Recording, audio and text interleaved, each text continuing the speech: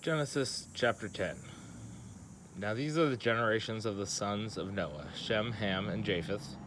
And unto them were sons born after the flood. The sons of Japheth, Gomer, and Magog, and Madai, and Javan, and Tubal, and Meshech, and Tiras.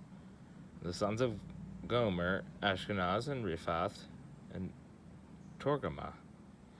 The sons of Javan, Elisha, and Tarshish, and Kittim, and Dedanim. But these were the isles of the Gentiles, divided in their lands, every one after his tongue, after their families and their nations.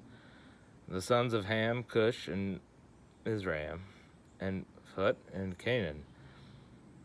And the sons of Cush, Seba, and Havilah, and Sabta, and Ramah, and Sabtechah. And the sons of Ramah, Sheba, and Dedan. And Cush begat Nimrod. He began to be a mighty one in the earth. And he was a mighty hunter before the Lord. Wherefore it is said, even as Nimrod the mighty hunter before the Lord. And the beginning of his kingdom was Babel, and Erech, and Akkad, and Calneh, and the land of Shinar. Out of that land went forth Ashur, and builded Nineveh, and the city Rehoboth, and Calah. And Racin between Nineveh and Calah, the same is a great city. And Mizraim begat Ludum, and Anahamim, and Lehabim, and Naptuhim, and Pathrusium, and Chalcehim, of whom came Philistin, and Caphtorim. And Canaan begat Sidon his firstborn, and Heth, and the Jebusite, and the Amorite, and the Girgasite, and the Hivite, and the Archite, and the Sinite, and the Arvadite, and the Zemarite, and the Hamathite. And afterward were the families of the Canaanites spread abroad. And the border of the Canaanites was from Sidon, as thou comest to Gerar, and to Gaza, as thou goest unto Sodom and Gomorrah, and Admah, and Zebulun, even unto Lasha. These are the sons of Ham, after their families, after their tongues, in their countries, and in their nations. Unto Shem also, the father of all the children of Eber, the brother of Japheth, the elder, even to him were children born. Children of Shem, Elam, and Ashur, and Arphaxad, and Lud, and Aram. And the children of Aram, Uz, and Hul, and Gether, and Mash. And Arphaxad begat Salah, and Salah begat Eber. And unto Eber were born two sons. The name of one was Peleg, for in his days was the earth divided, and his brother's name was Joktan. And Joktan begat Almodad, and Sheleph, and Hazarmaveth, and Jerah, and Hadoram, and Uzal, and Diklah, and Obal, and Abimel, and Sheba, and Ophir, and Havilah, and Jobab. All these were the sons of Joktan. And their dwelling was from Mesha, as thou goest, unto Sephar, a mount of the east. These are the sons of Shem, after their families, after their tongues, in their lands, after their nations. These are the families of the sons of Noah, after their generations, in their nations. And by these were the nations divided in the earth after the flood.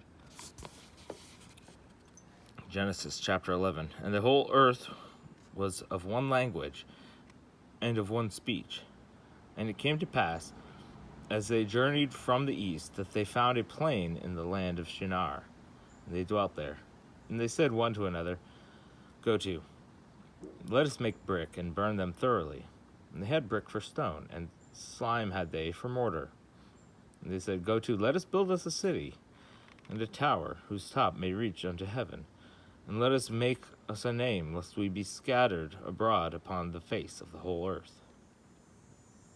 And the Lord came down to see the city and the tower which the children of men builded. And the Lord said, Behold, the people is one, and they have all one language, and this they begin to do. And now nothing will be restrained from them, which they have imagined to do. Go to, let us go down, and there confound their language, that they may not understand one another's speech. So the Lord scattered them abroad from thence upon the face of all the earth. And they left off to build the city. Therefore is the name of it called Babel, because the Lord did there confound the language of all the earth. And from thence did the Lord scatter them abroad upon the face of all the earth. These are the generations of Shem. Shem was 100 years old and begat Arphaxad, 2 years after the flood. And Shem lived after he begat Arphaxad 500 years and begat sons and daughters.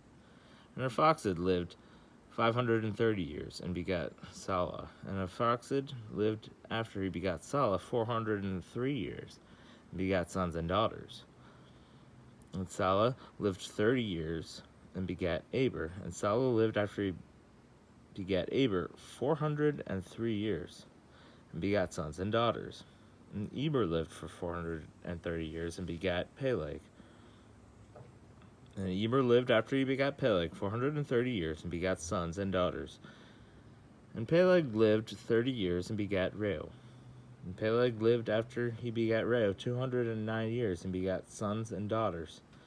And Reu lived 230 years and begat Serug. And Reu lived after he begat Serug 207 years and begat sons and daughters.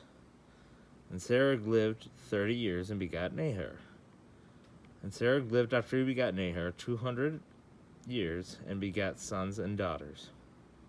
And Nahor lived 29 years and begat Terah. And Nahor lived after he begat Terah 119 years and begat sons and daughters. And Terah lived 70 years and begat Abram, Nahor, and Haran. Now these are the generations of Terah.